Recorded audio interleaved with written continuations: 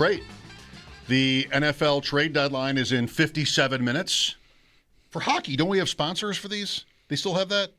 Like the NHL trade deadline is brought to you by? We do. We have. I don't know that we still do, but we have in the past. And this day on the NFL calendar has never really rated. I think until it's been building. And today, it's funny that you mentioned the Sabres because today feels very similar to trade deadline days in hockey when the Sabres would not do anything and people all around them were doing things, and you're just sort of sitting there going, I like that guy, I like that guy, I like that guy.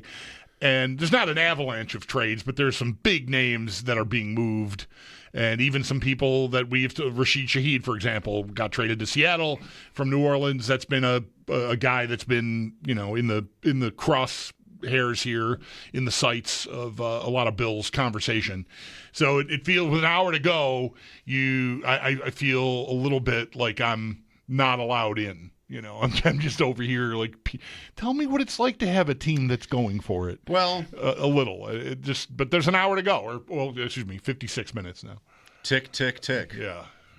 I mean, how many trade deadline days or July 1sts in Sabres history have been enjoyable out of 150? Two, maybe? Like that's I want to give the Bills more credit. I certainly understand. Like we're seeing other things happening and we don't have our own thing yet. But you'd agree, I think Brandon Beane is a player. Like, yeah. I have never thought at wide receiver that they would spend up. And maybe they're trying. They'll probably want you to think so. Maybe they'll even succeed. I just don't know. Like, I think one thing that makes it, if you want to be hopeful about that, A.D. Mitchell got moved. And is Coleman being moved in a trade for a big shot, like, out of the question? No, I don't think so. The Jets got other guys in both their trades. And I just think any receiver trade the Bills could conceivably make would bury Coleman. They have Shakir, they have Kincaid. It's always been like this. It's been like this for 3 years. There's just really no room to slot anybody, no pun intended, to slot anybody in. I think if you're trading for somebody impactful that isn't Shaheed or somebody, Shaheed is more like Palmer. Yeah. Somebody that can make a big play for you. If you want somebody important where you're willing to trade like a 1 or something like that, then you just don't need Keon Coleman around anymore. Yeah, I think now that Shaheed has been traded and Jacoby Myers was traded, those were two trade targets that I think could have helped the Bills. I think Shaheed especially represented a skill set that they are lacking and therefore could have used, and maybe that could have worked with Coleman still here. But I think now that, it's not to say that they still couldn't make a deal for a player of that caliber at that position and just squeeze them in.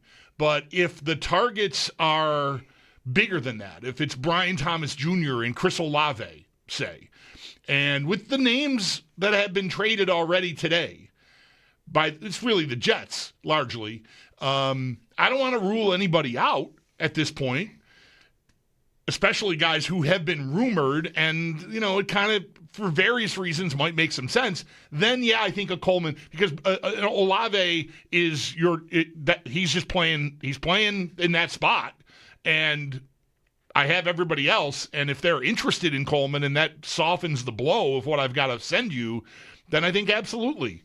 I would not be surprised at all if, despite the brave face they put on everything, that they they're already sort of fatigued by Coleman. The disciplinary stuff, the lack of production, and inability to do the thing they should have known he would have a hard time doing in the NFL. So, I wouldn't want to rule that out. It might make sense to do that. And even give the other team, this is a guy that was he's got this skill set, and we envision using him this way, and it gives the team something to sort of hold up, at least, and say, like, yeah, sure, we're gutting our roster of our best players. But we did get this guy back. Man, Brian Thomas, that's a real interesting one. And we have now 52 minutes. Sometimes these go past the deadline. We have some amount of time to talk about that. he was great at times, enough times to want you to buy into him as a long-term asset last year for Jacksonville. It has not gone that way this year at all. He's injured right now, by the way. So I don't know what the timeline looks like, but Jacksonville making the Myers trade. Okay, well, they're down Hunter's on IR. Right. They're down Thomas maybe for at least, I don't know. It sounds like it. I mean, my fantasy stuff says 0 this week. So some people are expecting Brian Thomas to be out.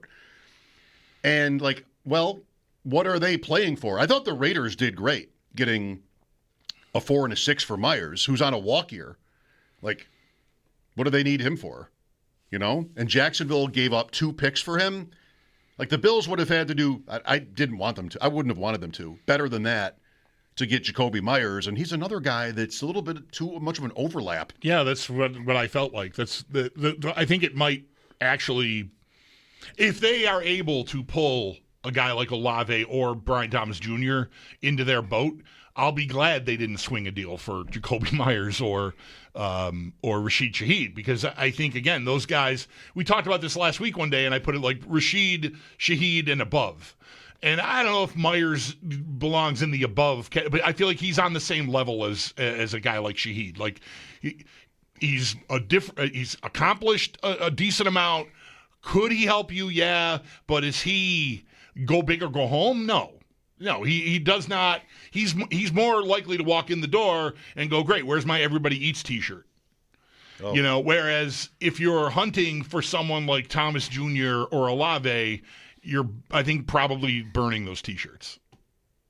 Yeah. They tweeted themselves, the Bills, today, a graphic, 10 different receivers on Sunday, and speaking of the Sabres as a comp, that might have even reminded people of something like Darcy Regier having a fan Q&A session right at the deadline. Right. Just what a master stroke. Let's just enjoy it while we have it. Brian Thomas Jr., does Jacksonville want to get out? The Myers move on there, if I didn't say it, on their side is more that maybe they think they can win. Like, that's why else trade for a rental? Jacksonville? Okay. Wild card? Dare to dream? Then you have Olave, and the Saints flip Shaheed to Seattle. Maybe. I think that's kind of the high rent district, but maybe. The Saints don't seem to ever do things like that. Shaheed is still, like, not much, but they're always going the other way. Maybe now, they're 1-8. Maybe they now think they should. Yesterday we had a Debo call, Debo Samuel, that if I were Washington would be sort of logical, because now they're 3-6, right? Daniels is hurt. What do they need him for? And who else? Garrett Wilson. Should we bring Garrett Wilson into the conversation? Garrett Wilson, I've not seen his name. Everybody is focusing on Breece Hall at this point after the Jets have already traded Sauce Gardner and Quinnen Williams. But I feel like Garrett Wilson should be in the same bucket. He's the best of all of them, maybe. And they're going to start over at quarterback, which, again, that can cut both ways. You might want to have a guy there to ease the guy's transition into the NFL, but you're also going to be paying, top market rate for a guy that you don't have a proven quarterback for yet. And that can get a little bit out of order. Like, I'm always more in favor of paying receivers once you know you've got a guy. I think just surrounding him immediately, it can be a little risky because you can get out of, a little too ahead of your skis there and be paying. That's one of the reasons I didn't love the Bills draft pick of Sammy Watkins. They paid double to do that, and 4 games into his Bills career, the quarterback they drafted him to play with got benched, and Kyle Orton was throwing him the ball. And what are we doing? Well, the Jets, too. The Jets now have all the picks, which is fun. Like, because did we go into last year's, or 2025, this year's draft, where all the teams, for the first time in a long time, nobody had traded anything. But now we've got, there were moves at that draft, Atlanta and the Rams and another one.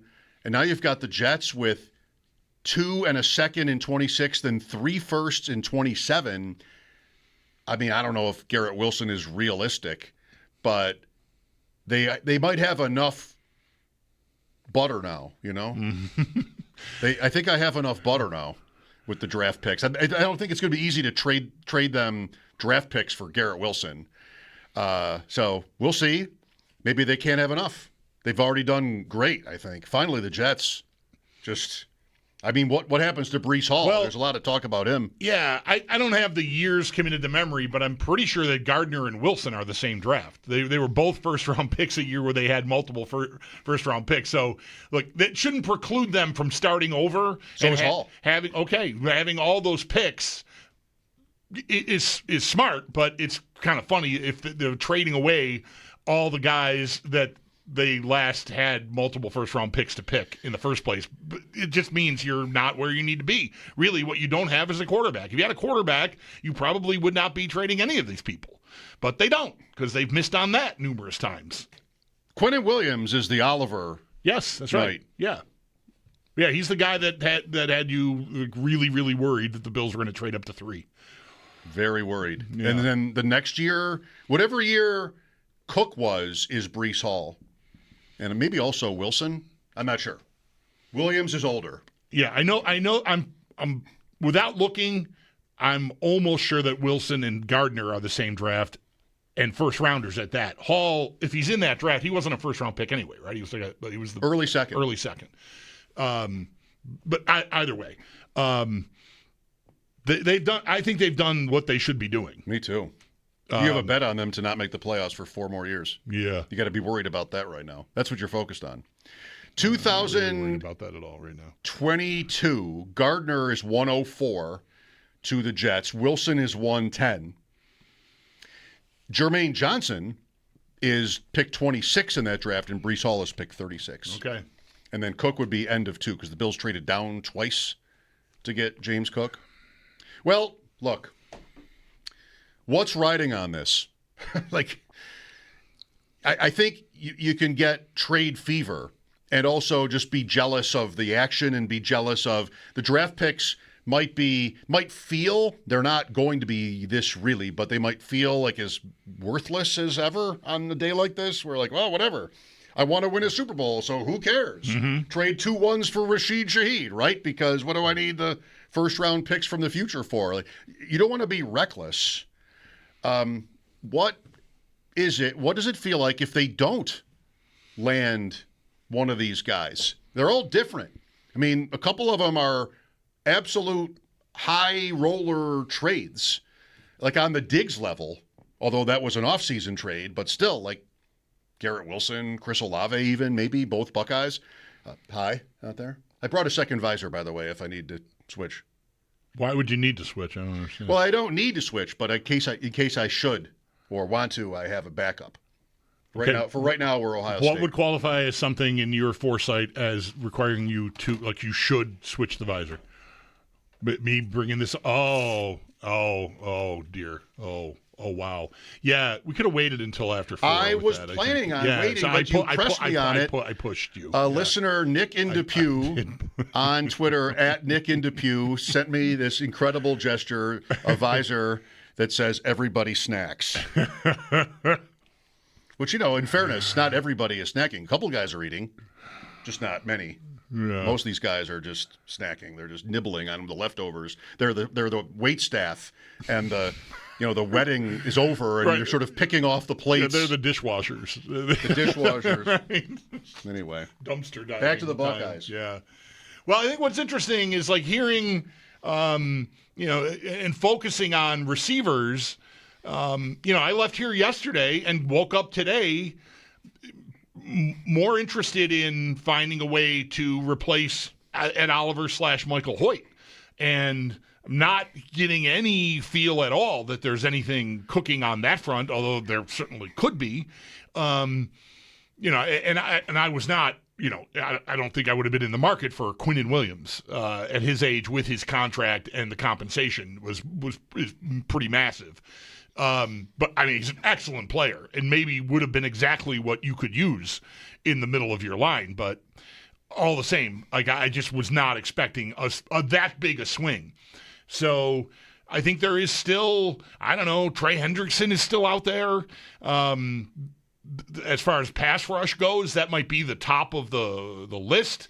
There's what's the name of I saw speculation about a Shaheed Granderson is the guy's name, pass rusher from Wyoming. New Orleans, like sort of a combo platter. But that idea, well, at least the Shaheed part of that went out the window when he went to Seattle.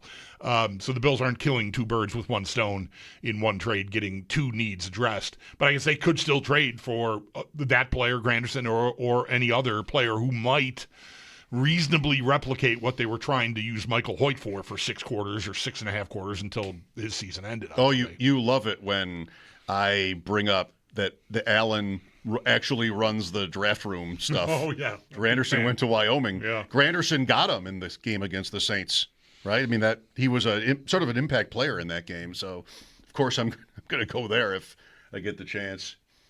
803-0550. I started to say, We're riding this out, trade fever, your draft picks right now, you're jealous of the other teams, you love the action, whatever. If they don't make a move, are you going to be mad? Is it going to feel negligent? I don't want to say that they wouldn't be trying. I just feel like Bean is in the room. I don't know if Darcy Regier was ever in a room. And he had ownership that probably pushed him, like locked the door on him.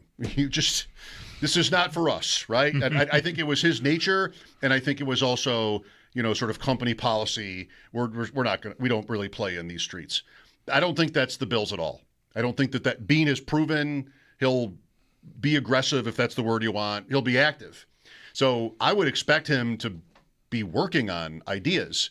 If they don't happen, it comes down what? to price point, I think. Right? Like either the player ends up not getting moved at all because no one would meet the price, including Bean, or someone else is willing to go. Yeah, I don't know. Like Olave and Brian Thomas Jr., to me, if they were targeting those players, that seems like your first round pick to me for either one of those guys. It would have to be. Right? So if for Thomas, it would. If for some reason Bean is in that, but thinks he can wait it out and pull it off for a second, and someone comes over the top on him, then, he was there, good try, good effort, but you didn't go, you didn't go all the way. You didn't go to the length that was needed to make the trade because somebody was willing to outbid you. Or no one is willing to go that high, and the Saints and or the Jaguars go, well, if nobody wants to give us a 1, we're just going to keep this young player on our team and keep going. I don't get why Brian Thomas Jr. would be traded. He's a first-round pick last year who was great. Their quarterback is not great. Now he's hurt. I just don't feel like that adds up. Maybe that wouldn't have – you could have a guy – maybe this is – well, it can't be A.D. Mitchell because Brian Thomas was way more productive than Mitchell. But this could be Coleman. Mitchell could be Coleman, like I said, where just like we just don't see it working out, and we want to win. Jacksonville, win what? And if their quarterback isn't it, and they kind of see that, you've got a new coach there, a new GM there.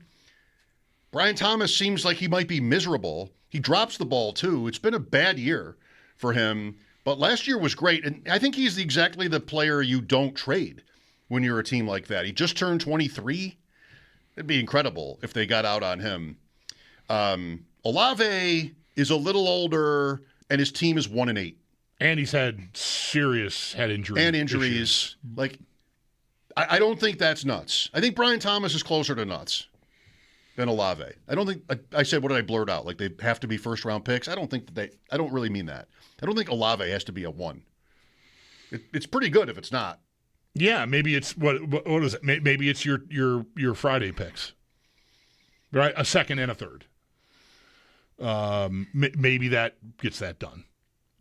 I don't know. I don't know if that the second and the third does that end up being worth more than a single one on the value chart? I don't know how that all. Presuming the 1 is 23 and down in the draft. Yeah. The Saints have got to be thinking about the 101 and their next quarterback, if there's even somebody like sort of rates like that. We're thinking about Cordy Glenn, right? Like the Bills make the trade with the Bengals to move up. It's a little early for that, and the Saints are going to probably draft in the top 5 conservatively. That's possible. Garrett Wilson, so, wow. I mean, with the Jets are probably all set. The Jets should be lighting cigars. Like, we're good. Maybe they can trade Hall. That's a running back. That's a day 2 pick. That's what reportedly people think the Jets want for Breece Hall. Like, okay. The Kansas City is the typical suggestion for this. Some team that doesn't have an obvious answer at running back. Like, maybe there's that. But Wilson is a higher level. And then Debo, maybe there are other ideas too that we're not mentioning. 803-0550, you can help us. But Debo is, I feel like that's really desperate.